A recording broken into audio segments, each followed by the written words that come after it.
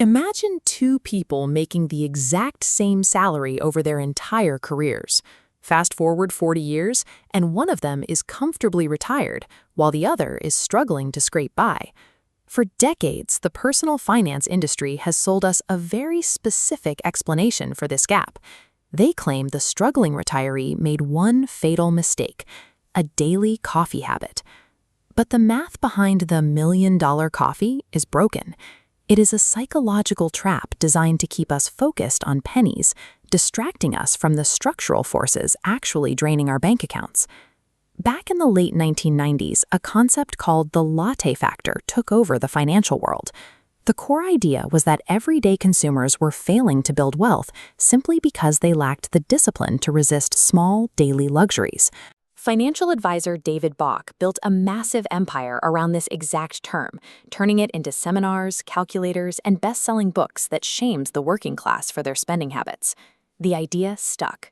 Today, billionaires like Kevin O'Leary go on television to boast that they never buy fancy coffee, insisting that anyone spending money on a latte is an idiot wasting cash. The entire argument rests on a very specific mathematical formula. The gurus tell you to take the $5 you spend on coffee every day and invest it in the stock market at a steady 10% annual return for 40 years. This chart reveals the staggering result of that equation. If left perfectly untouched, that daily $5 supposedly balloons into $948,611.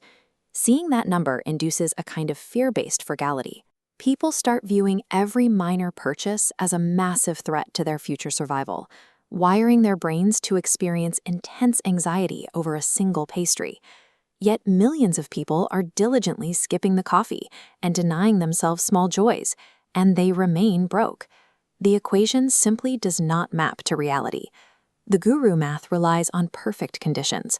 It assumes constant dot-com-era market returns and completely ignores taxes, market volatility, and the quietest wealth killer of all, inflation. To understand why this advice fails, we look back to the economic baseline of the 1980s, right before this financial shaming became popular. This graph tracks the U.S. economy since 1985, showing that while median family income grew by 252%, median home prices surged by over 403%. The cost of simply existing has accelerated far beyond wages. In a single recent year, childcare costs jumped 7.7%, while healthcare expenses continue their relentless, multi-decade climb.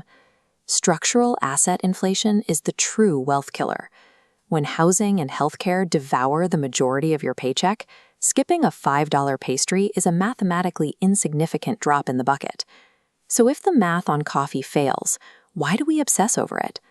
Behavioral psychologists point to a phenomenon called visibility bias. Buying a cup of coffee is a manual, highly visible transaction. Handing over your card triggers your brain's loss aversion alarm. You directly and immediately feel the pain of paying.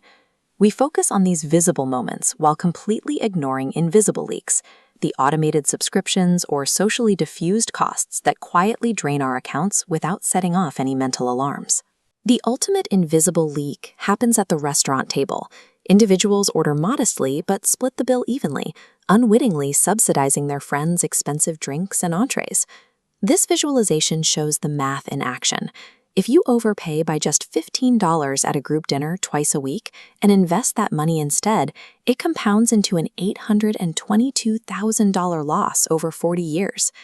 The personal finance industry trains us to fixate on our highly visible daily joys. All the while, our actual wealth quietly hemorrhages through social traps and automated expenses we never even notice. Living in a state of constant micro-deprivation is dangerous.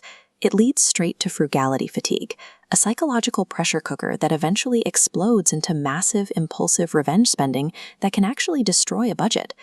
You can protect your finances and your sanity by introducing a little friction. Transforming that daily automatic coffee habit into a deliberate occasional treat actually restores your brain's dopamine response, making the experience deeply satisfying again.